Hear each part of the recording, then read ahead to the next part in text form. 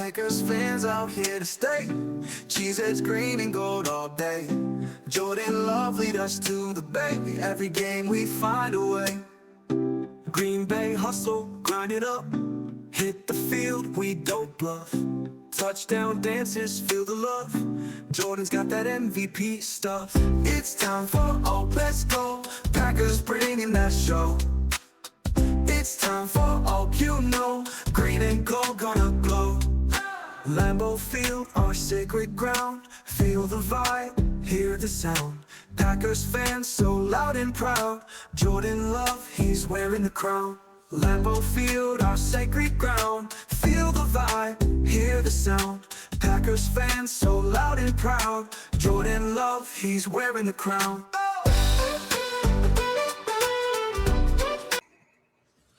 Hello, and welcome back to the Ohana Packers Edition podcast. We are Ope.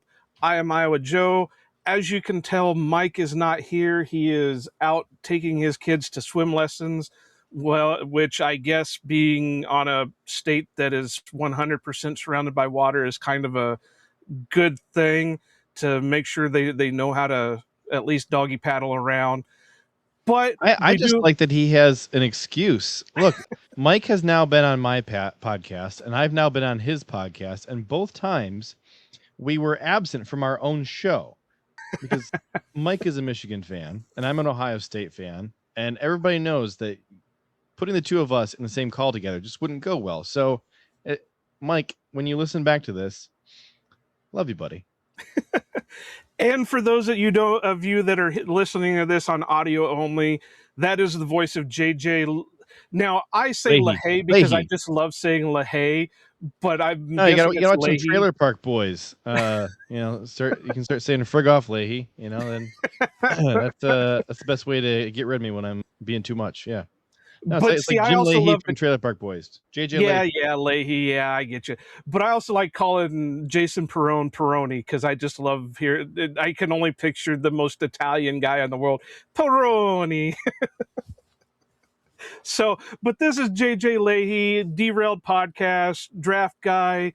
Usually he's with his podcast partner Jake Shavink, which for some reason I can actually get for tonight. Normally it's like Shavassan or some shit like that, but I actually nailed it on the first try.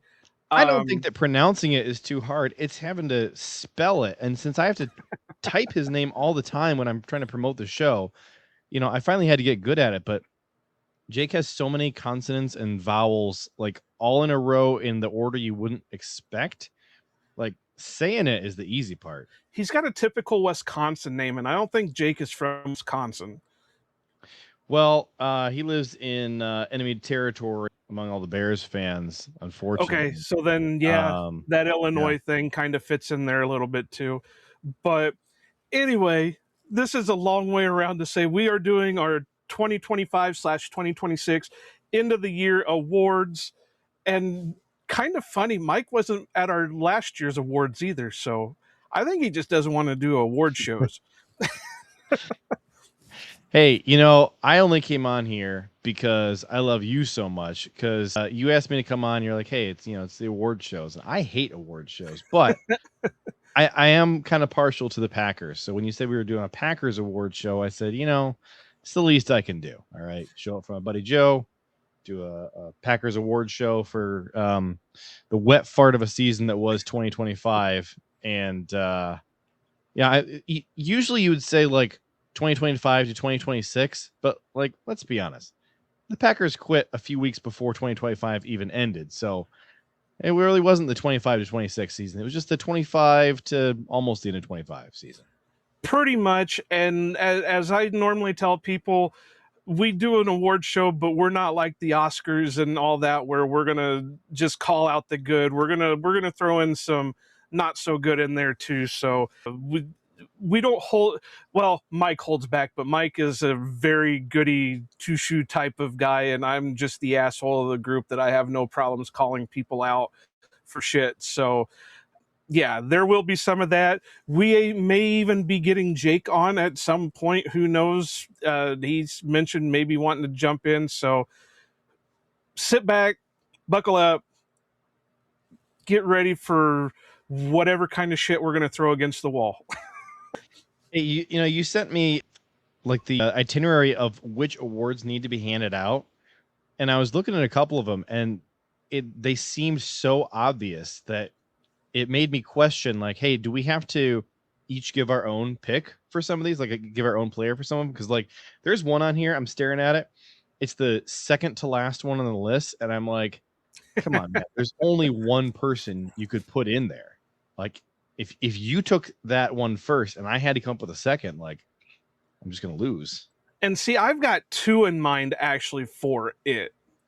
I Because do have a backup, but it's just he's like so far behind the first one, you know? but let's go ahead and do that one first. We'll start out with a little bit of doom and gloom so we can see what we're going to end up with. And that is the disappearing act, the player who vanished too often for the Green Bay Packers. I will let you go first so you can get your main one out of the way, and we'll see if we match up out of it. Well, I mean, this guy is paid to be there every down. He's got the big boy money.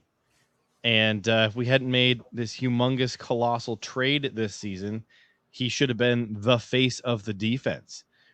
And I think a lot of us are asking, where the heck was Rashawn Gary this year? Just disappointing effort all year. I'm just waiting. And, any day now, one of these beat writers is going to come out and tell us that Rashawn Gary secretly was dealing with a gnarly hangnail on his big toe that, would just made this season unbearable. And he was really secretly a hero for playing through it.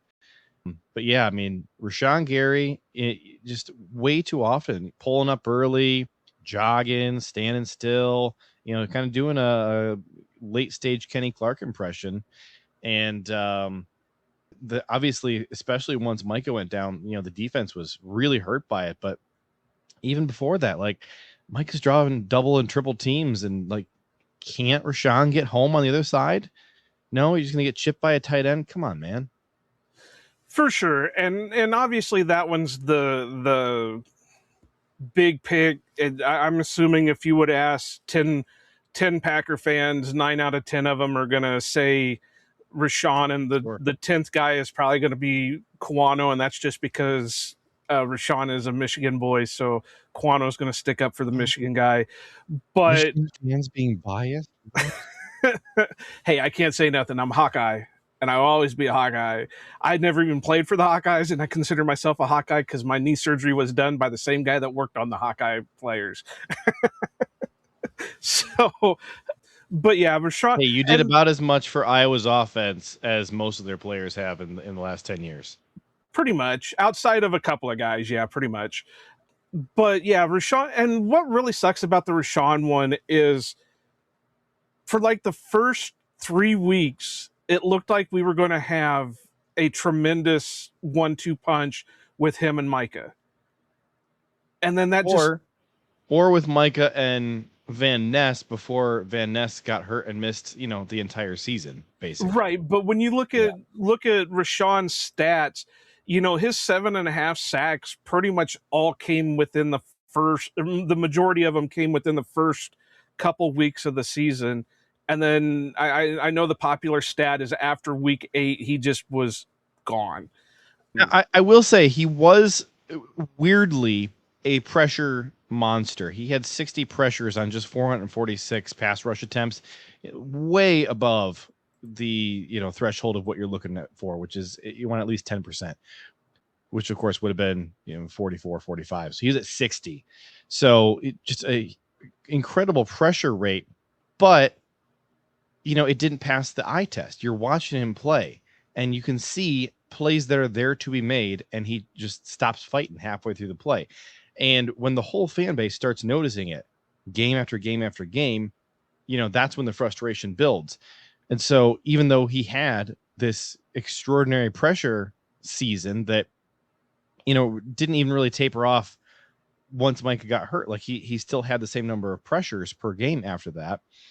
But I mean, he got himself, basically benched against Chicago in the second game, and like everybody just is watching as he pulls up early, jogs when there's a tackle to be made, takes a banana angle, and it's just not what you're expecting from former first round pick, highly drafted first round pick, who is supposed to have been the face of your defense this year, and very well compensated.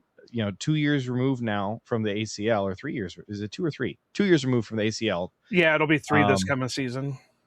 Yeah, and I think everybody who has watched him just kind of acknowledges that, like, the explosiveness and the speed and the stamina just aren't there anymore post ACL injury. And, it doesn't take a lot of like confirming your priors when you're listening to Micah talk about needing more from his teammates, to like listen to them with Rashawn Gary in mind and think like, some of these things that Micah is saying are like very specific to, there's only a couple of guys it could have been. And of those guys it could have been, Rashawn is the only guy who had lofty expectations on him. Micah's talking about, hey, I want my teammates to try and beat me to the quarterback.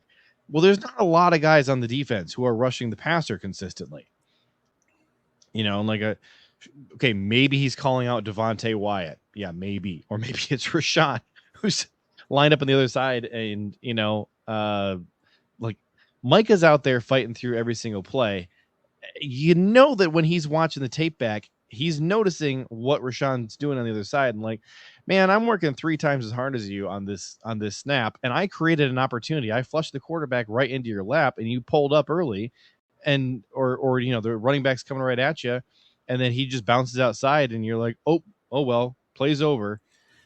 I thought the one that really drove the nail home was, because obviously, like you said, when you see Micah outrun Rashawn, well, Micah's always going to outrun Rashawn because Rashawn was never known for his speed. But the one that really drove the nail home was in the wild card game, when you see the same exact thing where Kobe Wooden is out hustling Rashawn Gary. Yep. And Kobe Wooden should not be out. No offense to Colby, but he and I have similar physiques. If you say so. I'm not going to touch that. We're going to move on. But so I had another one in mind, but this one just popped in, and I'm going to mention it just because the contract he got, because you mentioned that with Rashawn. Brian Gutekunst brought in 2 guys in the offseason as touted as their big time free agents, gave them big time money. Or this one player got big time money out of it, and yeah, he was hurt for a few games, but outside of that, really showed nothing. Maybe a little bit more towards the end of the season, but that is Aaron Banks. The left guard. He just, for this big road grader type guard that they paid, what was it, $77 million for 4 years, $77 million, yeah. And to be that guy, they moved their all-pro Elton Jenkins from the left guard position just because they brought him in, and he did nothing. I mean, obviously the offensive line as a whole was just weak this year. Injuries really hurt. Elton looked rough at center, which sucked because, he was a center when he was drafted. They just had moved him all around, and he was supposed to be this guy that you could move around and not miss a beat, but he struggled. Obviously, the moving around of Jordan Morgan did not help him at all. Finally, Belton settled in as that right guard and played okay-ish for the most part, and Kennard was never used more than a 6th offensive line and like 3rd tight end at the most extreme moments, which I still think he deserves to be re-signed based on his catch and run alone. But yeah, Banks, I gotta say, is probably my disappearing act, just because you're handed this big bag of money, and and the thing is you come from a prestigious college for offensive linemen. I honestly don't know much about him while he was with San Francisco, But if these guys are thinking that you're this second coming, that they're moving their all-pro left guard to center, just and sign you to this big money contract, and then you put up the year that you did, yeah, there's something not right there. Yeah, I So wasn't a fan of this. I wasn't a fan of the signing, and even less of a fan of the season he turned in. But hey, he's got plenty of fans on social media who will ardently defend him. I don't think that having him on the team is the worst thing. I just don't understand paying him like a bona fide starter, like a premier left guard when he's below average. And especially when you could have gave a smaller contract to Runyon and probably got the same, if not maybe a little better production out of him. I think you could have. I mean, Josh Myers. Yeah, retaining Josh Myers over Aaron Banks. There's not a lot of people who would have said in the moment, "Hey, let's bring back Josh Myers." But obviously, hindsight being 2020, the majority of the fan base would have been happy to bring back Josh Myers for this year. In hindsight, now, analyzing what this offensive line turned into, and there's certainly an argument to be made that you are much better served giving a lot less money to Josh Myers, keeping Elton Jenkins at left guard, and getting through the season that way, rather than, now we're pretty much in cap hell, and all the money that we're given to Aaron Banks, like if we cut him now, then it's 29 or 31 or something, $29 million for one season from the guy. So of course they're not going to do that. They're going to bring him back for a second year. And however, if you do a post June 1st, you save a shit ton more money. I looked at that on Over the Cap, and if you designate him as a post June 1st cut, it saves a bunch of your in the short term. Yeah, you still have to pay that out next year. Yeah, but there's less dead money, and there's a lot more cap savings out of it. Yeah, doing it as a post June 1 allows you to split it across 2 years instead of just paying it all just the 1 year. So it's the same. It's the same amount of money, but it's across 2 years. Right. But yeah, he's definitely the guy that I would have to say the Disappearing Act award. So let's go ahead and move on to, let's get a little bit more cheerful on this. Let's do the Lambeau Standard Award, the most consistently excellent Packer of the 2025 season. I'll let you go first since you're the guest. Thanks. That's a good one. And there were a couple names that I was considering. And I want to put a emphasis on this. We will have an actual MVP. So if anybody's listening, no, this isn't our MVP award. We'll do that at the later. But this is just the guy that has been the most consistently excellent throughout the season. I'm going to go with kind of the easy, obvious one of Micah Parsons, because he really had it turned up to a 10 every snap of every game. Like the dude just he never took, I mean, even going back to like week 1. All right. And a lot of us thought that he would kind of be slow rolled into this one, right? He had missed training camp, even with Dallas the entire summer. There was questions of like, how in football shape is he actually going to be? And, he doesn't know our defense at all. Like, he's had like 5 minutes to get caught up to speed. And then he comes in and like plays the majority of week 1. And then, by week 2, he's out there for basically every meaningful snap. And you just look at just the consistent down to down effort. And there's a couple different players, particularly on offense, that I think were certainly deserving of being talked about in this conversation. And so if you don't mention them, I think I'll bring them up at the end just to make sure that they. Yeah, we can give a couple of honorable mentions, but Micah's so you get the respect that they do deserve. But for me, Micah was just so consistently what he needed to be. When he was on the field, you felt like you always had a real chance. And let's face it, once he went down, that looked like pretty much the end of the season for the Packers. Yeah. So that one's a good one. Don't be surprised if he shows up at a later point in the award show. I'm going to come out from left field for this one. I've been thinking about this for a while. there's names, a couple of honorable mentions. I could throw Javon Bullard out there because this was a really good season for him. Last year it looked like he was kind of lost and everything, and this year it looks like he really started putting together. I originally was thinking Romeo Dobbs because, he has been consistent. I said this last week on our episode that if there was a way that they could financially make it work to keep Dobbs in Green Bay, and if he wanted to stay in Green Bay, I would do it in a heartbeat because I would feel more comfortable with Dobbs and Golden than I do Golden and Watson, because really their play styles are very similar with Watson and Golden, whereas Dobbs adds that little bit of extra out there. But those can be a couple of honorable mentions. This one I'm going to throw out there because the key word here is consistently. And this player has consistently been an excellent player, especially in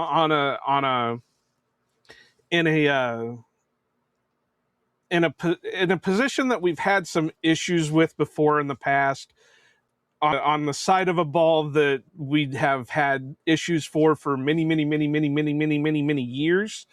And that's Daniel Whelan, the Irish cannon. He's on my short list. This guy has been amazing. Very rarely do you see him, screw up. I mean, that's the easy way to put it. He's had to deal with Orsic. He's had to deal with McManus. And he's consistently, not only is his kicking great, but his, wrangling some of these long snaps that he's had to wrangle to put in a position to even give McManus or even Haverisk a shot at making the field goal, even extra points. This guy has been consistent, and I think we finally just need to give him some recognition for that because, for special teams being as weak as they all have been for, like I said, many, many, many years, he's been like the lone bright spot the last couple. Yeah, certainly considered Daniel Whelan, and absolutely a Pro Bowl snub or All-Pro snub.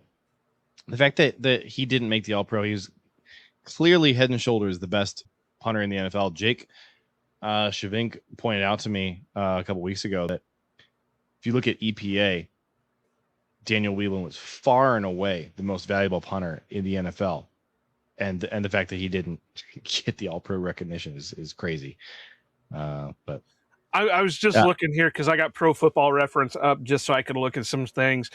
And his yards per punt was 51.7, and his long was 72. And that's just, when you think about all the years that we've had these makeshift punters, and thinking about some of, with a couple of them, we were lucky they were even getting like 40 yards a punt, 50 yards a punt. And you've got this guy here that is consistently, kicking them inside the 20, and not always a touchback, not always a shank. Very rarely do you see it mess up. Give him the OP. I forgot to mention that we call our awards the OPEES.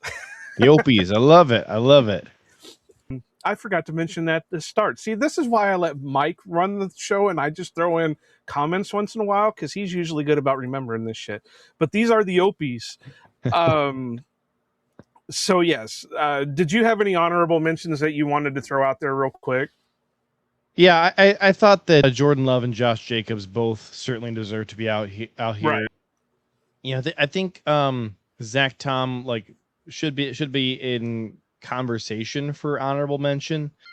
Jordan to me was pretty consistently excellent, just not quite to the same degree that Micah was, where there were I felt like a few more plays during the season where you'd look at Jordan Love and say, hey, there was some more meat on the bone there that I would have liked you to go out and be there and get. And with Micah, you just never really felt that way, frankly. Yeah, and again, it goes without saying that when they lost Micah, that was kind of the final nail in the coffin for things.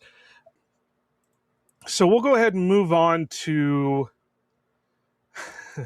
I love this one because this is my favorite Lombardi quote, and I use it all the time. What the hell is Oh, yeah. going on out there award? Basically, this is our least valuable player award.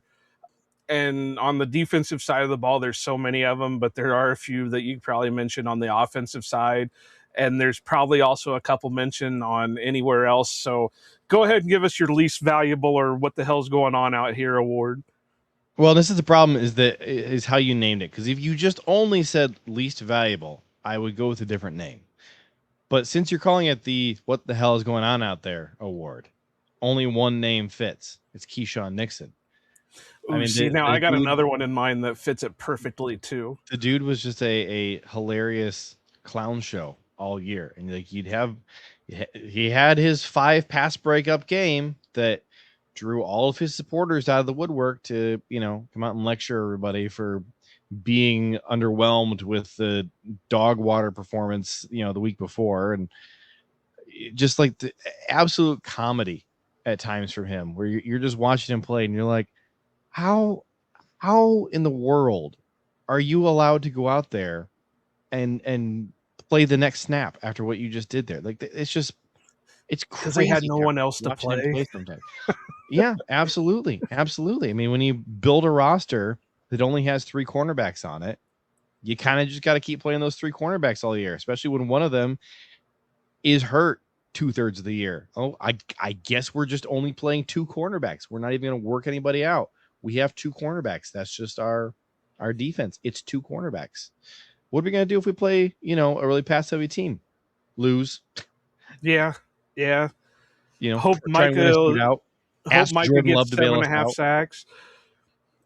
But yeah, I agree. Like, very clearly, the plan on defense was just, hey, let's just pressure the quarterback so much, or let them run all day, and nobody's going to try and throw on us. They'll just assume that we can stop the pass, and maybe we can coast our way to hoisting a Lombardi trophy without anybody trying to pass on us.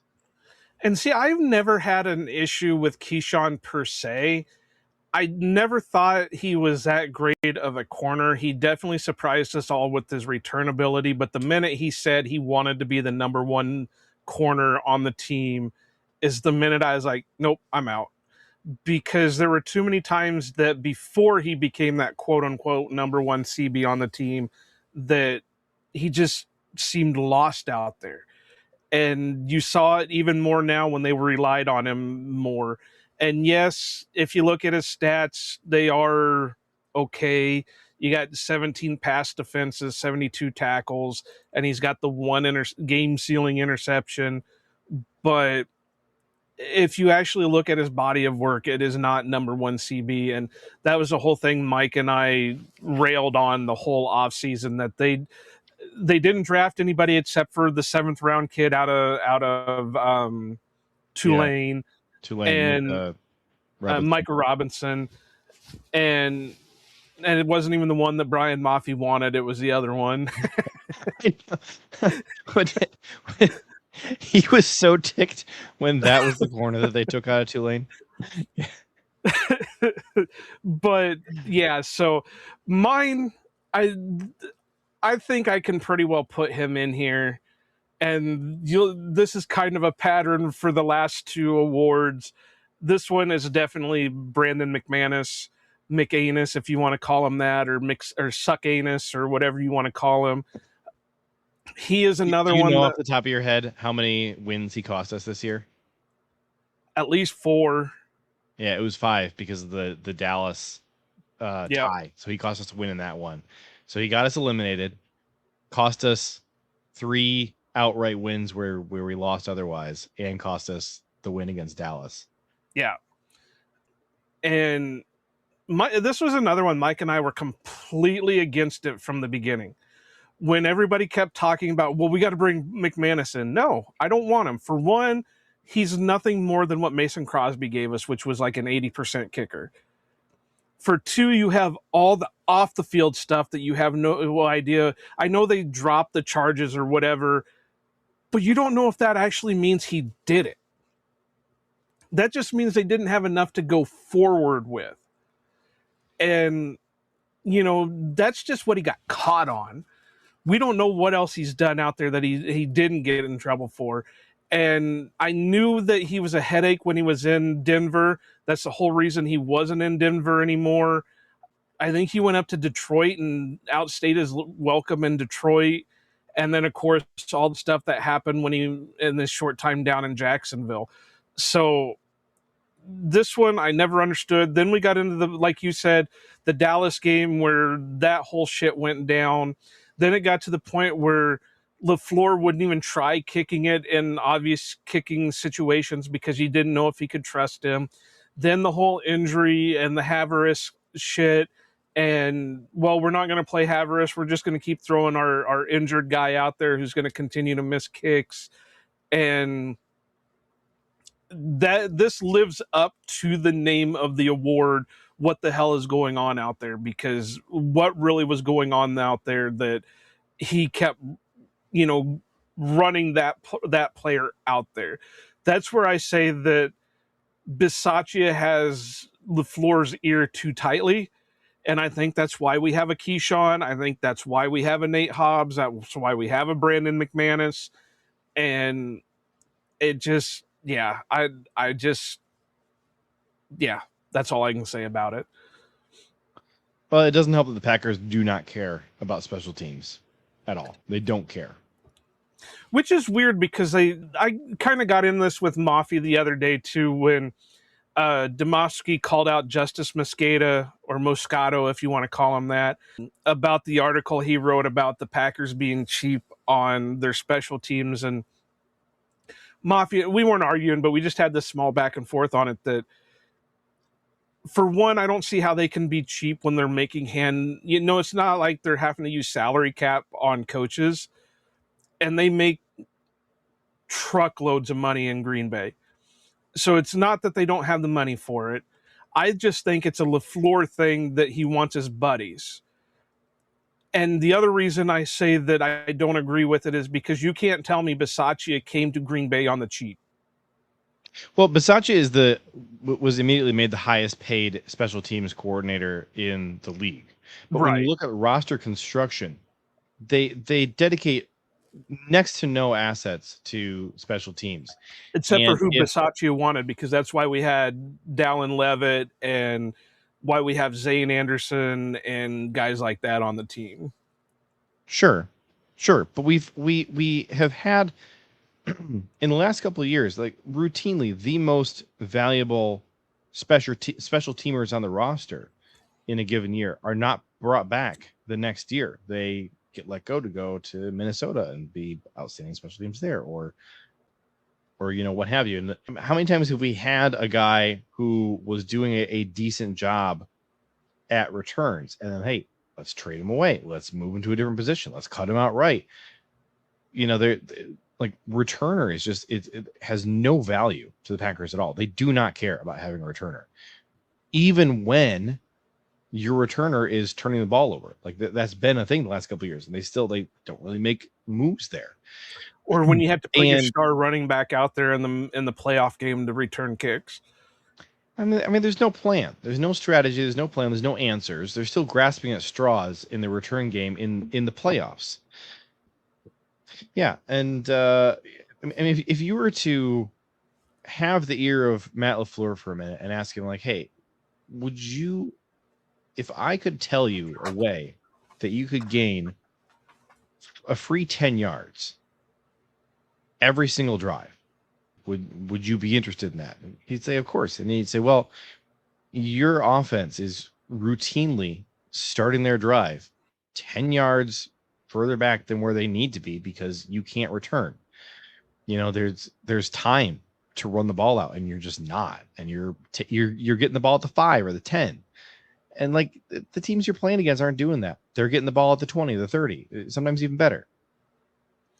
And that just, and to speak on that, it shows that teams are knowing that the Packers aren't going to do this, so they don't kick it where where you would want them to kick it. So, but yes, that's my guy.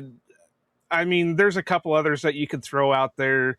I was thinking, and I hate to, just because I think it's more they don't know how to use him, and he's got ballerina legs, and Musgraves, uh, but McManus, like you said when I first mentioned it, has cost us too many games.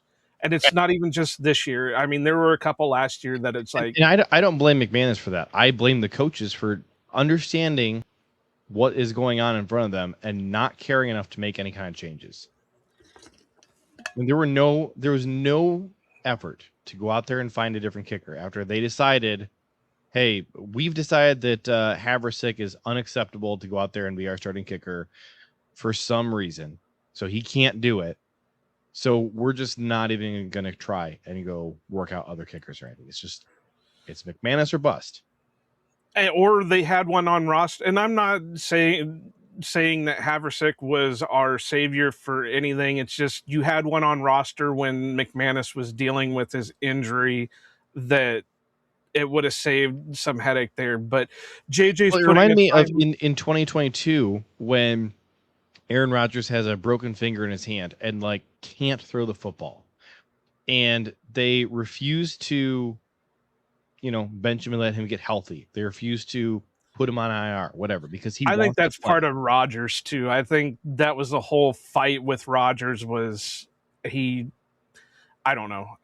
That's a whole nother podcast episode that we could do on shit. But since you're putting a time limit on us, JJ, we gotta bust through a couple more of these. Sure. So let's go ahead and do the Run It Back Award. This is the guy that you're looking forward to the most in the 2026 season that either performed well during this season, so you're looking how he takes next step forward, may not have performed up to esteem, but showed enough that you're looking forward to it, or however you want to take it, but it's the Run It Back Opie of 2025.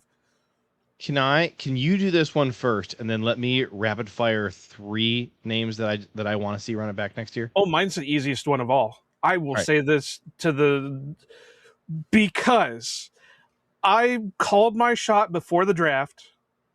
Okay. And selected this guy in the first round in my mock draft, 3 days before the first round of the NFL draft. Matthew Golden, especially with kind of his breakout game in the wild card with 84 yards and getting his first touchdown on a play that probably on most guys would have probably been dropped 2 yards short of a first down. He fought. They've not used him a ton. So yeah, Matthew Golden is definitely the guy that I look forward to in 2026. All right, so he was one of my 3. So the other 2 would be that I really thought that year 3 was going to be the breakout year for Lucas Van Ness, and when he was on the field, that was absolutely on track, both before and after the injury. And it sucks that he missed so much time to injury this year. So we were really robbed of what I think was clearly going to be his breakout season. So I'm hoping that he hits the ground running in year 4 and gives us what he really would have given us this year had he been able to stay healthy. And it's just unfortunate that he was hurt so much this year. So Lucas Van Ness, and then also, there's a couple guys who I think we're expecting to not be back this year. I think that more than likely Jordan Morgan is going to be the left tackle, that Rashid is not going to be left tackle anymore. And same with moving on from Rashawn probably is going to happen. And so then you'd have, a full helping of Lucas Van Ness out there. So, but Jordan Morgan at left tackle, finally playing the position he actually is supposed to play. It's the only position that I actually want him playing. I don't want him at right tackle. I don't want him at guard. He's not a guard. I don't think he can play guard. Never thought he could play guard.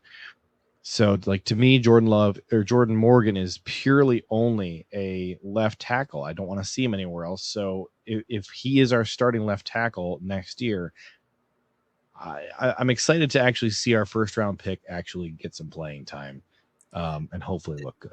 If nothing else, to kind of support Goody in his decision to take Jordan Morgan over a couple other players that he probably could have took at that spot in that draft. Yeah, there were not a lot of people who agreed with that draft pick at the time. And I mean, there were a couple, but the vast majority, had Cooper DeJean circled, or Edgerrin Cooper, or who was the other defensive back who went early in the second round? It was Cooper DeJean, and was it Kool-Aid? People really wanted Kool-Aid McKinstry. People wanted Kool-Aid, and then people wanted.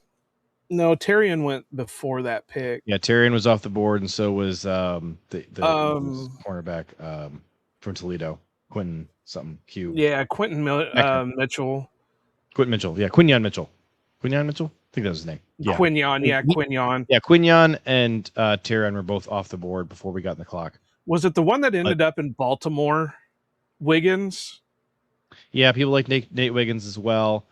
I was a little lower on Wiggins. I really didn't like Rakestraw, who the Lions ended up taking. I was nervous that they might go for him, but I think everybody wanted Cooper DeJean, or everybody wanted Edgerrin Cooper in the first round. I think either one of those would have been home run first round picks, and then you could, obviously you could have gotten the second one of those two guys in the second round, and doubled up on them. So yeah. to actually get some return on the Jordan Morgan investment would be pretty nice, even though he's not really a scheme fit.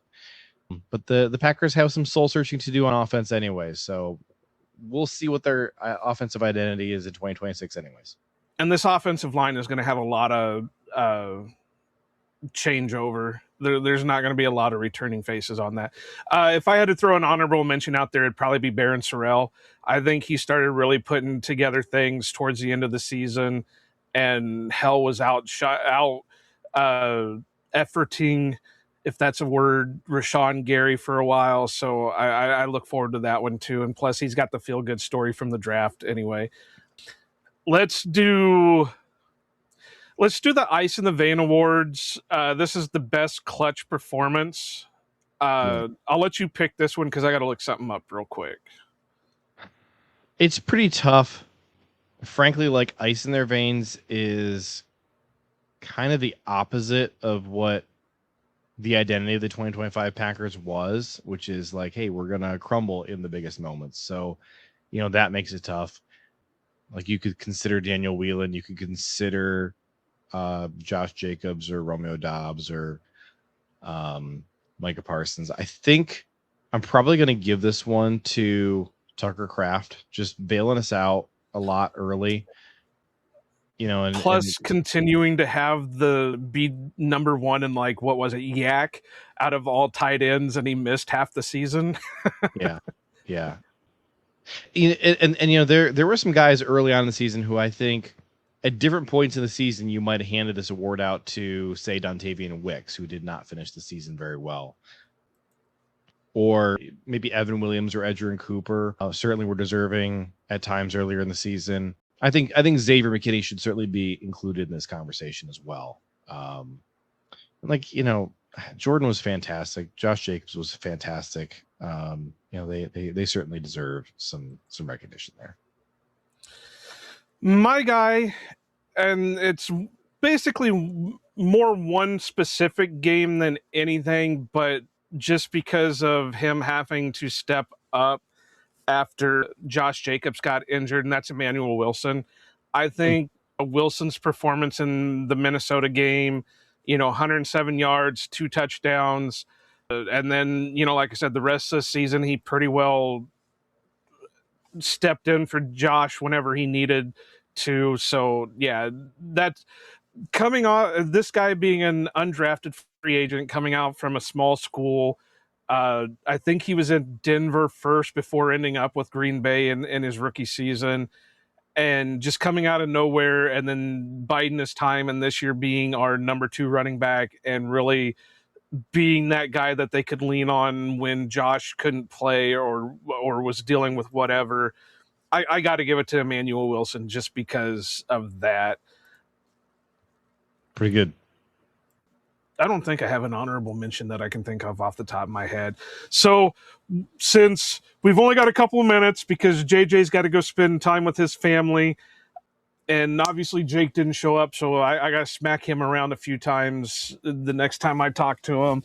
We're going to go ahead and throw out there our MVP of the Green Bay Packers 2025 season. And this, obviously this is like the NFL MVP. This is the guy that is top for the Green Bay Packers. So we probably could come up with the same one, but Let I'll me let ask you you, go. how many guys did you consider? Because I considered 2. I've got 2 off the top of my head. I maybe, because I'm good at justifying things, that I probably could sneak a 3rd or 4th one in there if I had to, just for justification. But I've definitely got just 2, and we probably got the same 2 in mind. Yeah, I had one on offense and one on defense, and then there's a second guy on defense that you could make maybe a compelling argument for, and that guy would be Devontae Wyatt. Okay, Because that's not the one I even was thinking of. when Micah was on the field and Devontae wasn't, the defense was still awful, and that is the thing. And I considered Jordan Love. He was the engine that was making the offense go. He had an incredible season. If the rest of the team hadn't been so bad, I'm mostly like pointing fingers at the defense, pointing fingers at the offensive line, the vanishing acts that the wide receivers would pull, or even just it had Brandon McManus made all of his kicks, and we had those 5 extra wins that we should have had, Jordan would have absolutely been in MVP consideration. He would have been in talks for MVP. And had Austin Booker not concussed him on a dirty ass hit, he'd probably had those numbers too. Potentially. Yeah, potentially. I think the offense still looking so good when Malik Willis is out there hurts Jordan Love's case a little bit.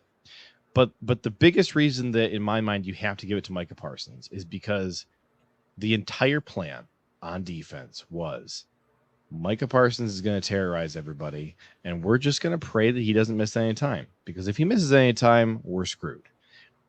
And they didn't put together a secondary. They didn't put together a defensive tackle room. And, the rest of the defensive end room couldn't really do anything on the opposite side of Micah. He was basically a one-man defense. It was him and McKinney and Williams and the 2 linebackers. That was it. That was the entire defense. So when the entire defense is built on you and the season ends and you don't get any more wins once you remove that player, like de facto, he has to be the most valuable player. The season's over because he's gone. I mean, had we still had a healthy functioning defense and Malik Willis at quarterback, there's a lot of people who have still picked the Packers to win a playoff game. I did not pick them to beat the Bears because I thought, hey, this defense is not good, and I don't think that this offense is good enough to carry this defense. The only thing I got to say is I'm going to use my favorite term here, and I hope, because when I use this term or this saying, that it doesn't offend anybody, even though I am an asshole and I don't care if, for the most part, if it offends anybody. But I love the old saying, if my aunt had nuts, she'd be my uncle. Sure. So if you throw the ifs out there, because if Jordan Love's line gave him the time he needed to do the shit that he needed to do, we'd be looking at Jordan in a completely different light, because he did aces. And obviously my MVP is going to go to Jordan, just because he did the best he could with what he was dealing with. And it got so bad that I referenced this earlier with the Kennard catch in the wild card game. He did that because he had to. He had no time to do anything else. And I think he was just trying to throw it away, but Kennard made this amazing catch and run afterwards, even though he did fumble. But, big guys don't often get to catch and run with the football very often. So that's, not second nature for him. But, had he been behind the line that he had, even just last year or the year before, I think things would have been a lot different, even without Micah, even without Kraft, because we still had the talent at the wide receiver and the running back groups that I think this offense could have carried. That's not taking anything away from Micah. That's not taking anything away from Devontae. Yeah. That's just to say that Those guys are the guys that that helped when Jordan didn't have what he could on offense. But if I had to justify it, the two other guys would have been the two linebackers, Quay and Edrin, just because even when Micah was on the field, they were the guys that were basically the only other pass rush we had when Micah was getting double, tripled, and choked and kneecapped and everything else. Those guys were really the only rush that they had, and they were solid in coverage for the most part. Yeah, Quay still makes his mental mistakes. Yeah, Edge still makes his mental mistakes, but they're not as prevalent as they were before. So, if I had to justify it and couldn't pick Micah or Jordan, then I would have to go with one of the linebackers. So that is going to be it for the 2025/2026 OPE Awards, the OPE year-end Packer Awards.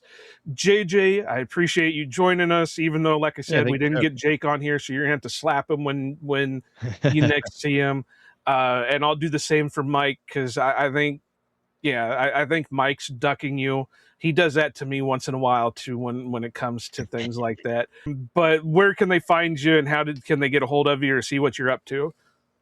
Yeah, thanks. Yeah, if you guys want to check out the Derailed Podcast, that's going to be derailedfootball.com. Go there, and you can check out the show there, and you can follow me on X at JJ Lahey, Lahey. Thanks for having me, Joe. Yeah, so you can find us at Ohana Packers on Twitter. You can find us Ohana Packers Edition everywhere else. We are doing our giveaway still over on Facebook, so please make sure you go over to Facebook, find the Ohana Packers Edition page, follow us over there. Once we hit 100 followers, we will be doing our bundle giveaway. I will try to post that video up again so everybody knows what we are giving away in that. It's a bunch of goodies between me and Mike. JJ, of course, hasn't went over and followed us yet, so we're going to have to do some discussions on that one. But go over, do that. Follow us over there. The only reason we want to start gaining followers over there is so we can start streaming over there, and you got to have a minimum of 100 viewers or 100 followers to be able to stream over there. That's the finale of our 2025 Green Bay Packers season. We will be having JJ on eventually again in the future, because we will be starting our draft discussions. Mike and I are going to take a break for a couple of weeks. That way we can retool, get people in, and we will start doing our position-by-position breakdowns leading up to the 2026 NFL Draft in Pittsburgh, Pennsylvania. So be sure to be on the lookout for that. Drop your comments. Somebody requested something from us on Instagram the other day. I haven't forgot about it. It's just going to take, with what you requested, it's going to take some work from me and Mike to put it all together. So be on the lookout for that one too. Go over, find our merch shop, buy some merch, support us. This stuff's not cheap. Well, it is kind of cheap, but I don't want to have to pay for it all. So go over, support us, buy some merch. And if you got any questions, comments, reach out. But as Mike would say, go Pack, go. Packers fans out here to stay. Cheeseheads green and gold all day. Jordan Love lead us to the bay. Every game we find a way. Green Bay hustle, grind it up. Hit the field, we don't bluff. Touchdown dances, feel the love. Jordan's got that MVP stuff. It's time for let's go. Packers bringing that show. It's time for all green and gold gonna glow. Lambeau Field, our sacred ground. Feel the vibe, hear the sound. Packers fans so loud and proud. Jordan Love, he's wearing the crown. Lambeau Field, our sacred ground. Feel the vibe, hear the sound. Packers fans so loud and proud. Jordan Love, he's wearing the crown.